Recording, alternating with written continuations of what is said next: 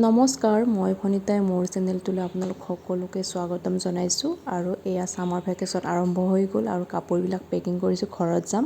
ঘৰত যাম বাবে আকৌ লোকেল মুৰ্গী আনিলে বোলে লাষ্টৰ সাজ ভালকৈ খাওঁ। আৰু এয়া বাছত উঠিছোঁ, আগৰ ফালে বহিছোঁ কাৰণ মই অপাৰেশ্যন হোৱা বেছি দিন হোৱা নাই, ঠেকেচা পাম বুলি। আৰু এয়া শৰাইঘাট ব্ৰিজ পালোঁ আৰু ভাবি আহি আছোঁ ঘৰখনৰ বা কি অৱস্থা হৈছে আপোনালোকক মই কৈছোঁৱেই। মই 2 বছৰৰ পিছত আহিছোঁ, শ্বৰ্ট ভিডিঅ'ত কৈছোঁ, যিসকলে চাইছে গমেই পাইছে নিশ্চয়।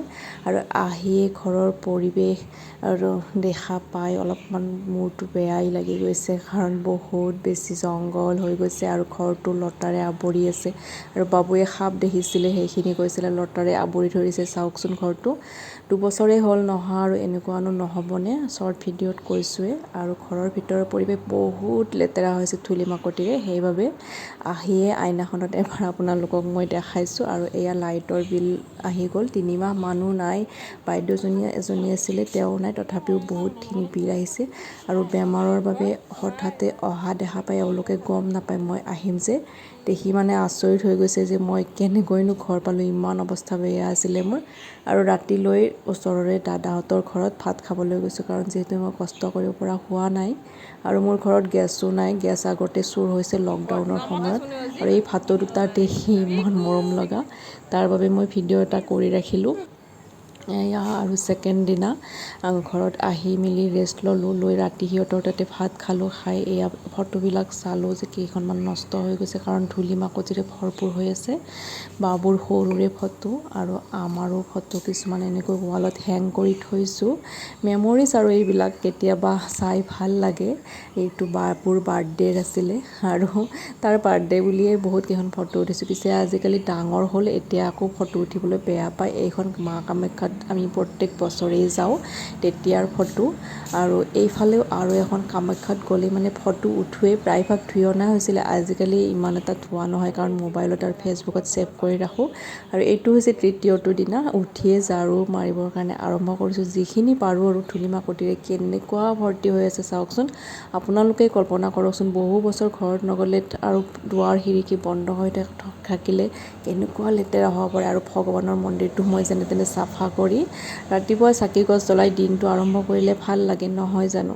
আৰু মই সঁচাকৈ বহুত বেছি দুৰ্ভগীয়া, কাৰণ মই বিয়াৰ আগতেই মানে মোৰ শাহু শহুৰ এইবিলাক এওঁলোক নাই, ঢুকাইছে। আৰু এতিয়া গৈ আছোঁ এঘৰ তাতে ভাত খাবলৈ মাতিছে, কাৰণ মই বনাব পৰা হোৱা নাই যে। আৰু এইটো হৈছে 4 নম্বৰটো দিন ঘৰৰ। শ্বৰ্ট ভিডিঅ'ত মই ভিডিঅ'বিলাক শ্বেয়াৰ কৰিছোঁ। আৰু ৰাতিপুৱা জুই আৰু ক'ত খৰিৰ জুইত ধৰিম বোলো, হালি মই নোৱাৰোঁ বেছি, সেইবাবে অ'টছ তিয়াই থৈছোঁ আৰু পানী গিলাচেৰে আৰম্ভ কৰিছোঁ। আৰু এইফালে এইটো ৰুমো আকৌ অকণমান চাফা কৰিলোঁ, আৰু এইটো আপোনালোকক দেখুৱাব চেষ্টা কৰিছোঁ। বাৰান্দাখন যে লতাৰে আৱৰি থকা বুলি কৈছিলোঁ, সেইদিনা ছিঙি দিছিলে। আকৌ মই যিমানখিনি পাৰি বাৰু চাফা কৰিবৰ কাৰণে চেষ্টা কৰিছোঁ। আৰু এনেকৈ ৰাতিপুৱা প্ৰায়ভাগ অ'টছ খাওঁ, কিন্তু মোৰ ল'ৰাটোৱে আকৌ অ'টছ খাবলৈ বেয়া পায়। আৰু খৰিৰ জুইত ভাত এনেকৈ কষ্ট কৰি বনাইছোঁ। শেষলৈকে মোৰ কি হ'ল, খৰিৰ জুইত বনাই পেটৰ অলপমান প্ৰব্লেম হৈ গ'ল, কাৰণ হালি যিহেতু বনাব নোৱাৰি। মই কি কৰিলোঁ, এটা গেছৰ ব্যৱস্থা কৰিলোঁ, সৰুকৈ হ'লে এটা যে 5 কেজি ওজনৰ গেছ থাকে। আৰু এইফালে আকৌ ছজিনাৰ পাত দেখা পাই বোলো, মোবাইলত দেখা পায়ে থাকোঁ, কিন্তু খোৱাহে হোৱা নাই। মই প্ৰথমবাৰৰ বাবে খাইছোঁ, বনাইছোঁ, বহুত বেছি টেষ্টি আছিলে। আৰু আমাৰ ভিটামিনো বহুত বেছি থাকে বোলে, সেইবাবে মই খালোঁ, বহুত বেছি ভাল লাগিছে। আপোনালোকে এবাৰ নিশ্চয় ট্ৰাই কৰি চাব, যদিহে কেতিয়াও খাই চোৱা নাই। বহুত বেছি সোৱাদো হৈছে। মই দালিৰ লগত বনাইছোঁ, আৰু এনেও চিম্পুলভাৱে বনাব পাৰি। আৰু ইয়াতে ঘৰত আহিলেও কষ্ট হ'লেও কিন্তু থালখন সজালে কি দেখিবলৈ ভাল হয়, সজাবলৈ কিন্তু মই এৰা নাই। আৰু এনেকৈ মই আপোনালোকৰ লগত শ্বৰ্ট ভিডিঅ'বিলাক শ্বেয়াৰ কৰি আছিলোঁ। আৰু এইটো হৈছে 5 নম্বৰটো দিন ঘৰৰ। ৰাতিপুৱা উঠিয়েই মই বাৰান্দাখনলৈকে আহোঁ, কাৰণ পৰিৱেশটো ইমান ধুনীয়া লাগে। আৰু ঘৰত অহাৰে পৰা কি হৈছে, 4:30, 5টা, 4টা এনেকুৱাত সাৰ পাওঁ। আৰু চাফাই কামটো কৰিয়ে আছোঁ, কিন্তু ভালকৈ চাফা হৈয়ে অহা নাই, কাৰণ যিহেতু বহুত বেছি লেতেৰা। আকৌ এইটো আছিলে 6 নম্বৰটো দিন। আৰু মই মন্দিৰত চাকি গছ জ্বলাই সদায় আপোনাৰ ভগৱানৰ ওচৰত প্ৰাৰ্থনা জনাওঁ, যাতে সকলোৰে ভাল হয়। মোৰ বাৰু বেয়াই, মই কৈয়ে থাকোঁ, ভগৱান মোৰ নিচিনা দিনটো কাকোৱে নিদিবা তুমি।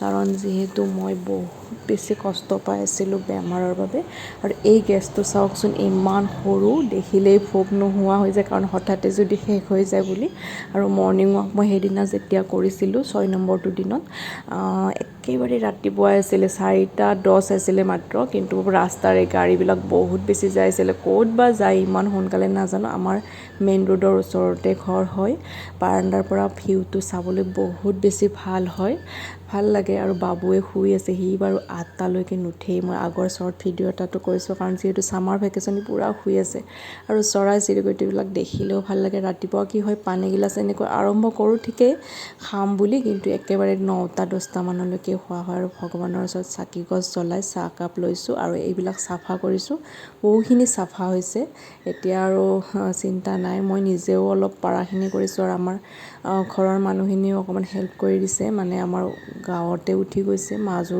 মানে মানুহজনৰ মাজু দাদাক আৰু এইটো আছিলে 7 নম্বৰটো আকৌ চাফাই কাম আৰম্ভ ডেইলি যেনেকুৱাকৈ কৰোঁ দবা পিটা বৰষুণ দিছিলে সেইদিনা বৰষুণৰ পূৰা ফাইদা উঠাইছোঁ মানে কাপোৰ ধুবৰ বাবে বাল্টি পাতি দিছোঁ আৰু এইফালে গেছ শেষ হ'ব বুলি ভাতৰ মাজত বাতি এটা দালি বহাই দিছোঁ একেলগে সিজিছে এনেকুৱা বুদ্ধিটো বাৰু কোনে কোনে কৰিছে জনাবচোন আৰু এনেকৈ দুপৰীয়া সাজ ৰেডি কৰিছোঁ আৰু এই ঘৰটো বহুত ধুনীয়াকৈ ক্লিন হৈছে আৰু চাই ভাল লগা হৈছে আৰু পৰিৱেশটো ভাল হৈ উঠিছে কিন্তু কি হয় ঘৰৰ চাফা হৈ